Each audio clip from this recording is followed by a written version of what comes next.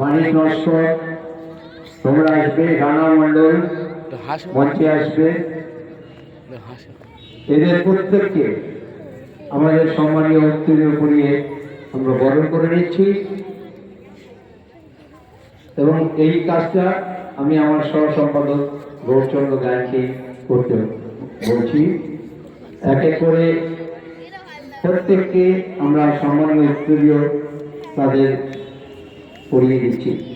এদের অক্লান্ত পরিষেবায় শুধু অনুদান দেওয়ার জন্য নয়, শিবিরটাকে যে কোনোভাবে কায়িক শ্রম পর্যন্ত এরা দান করেছে।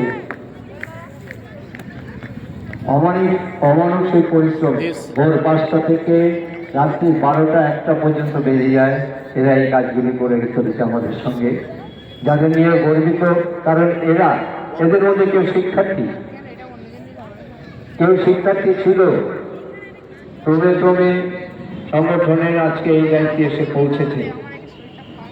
যারা না থাকলে সারা বাংলা শিল্প সংস্থা মেরুদণ্ডটা হয়তো সোজা থাকতে পারত না, যাদের নিয়ে আমরা সর্বসময়ের জন্য গর্ব অনুভব করতে পারি।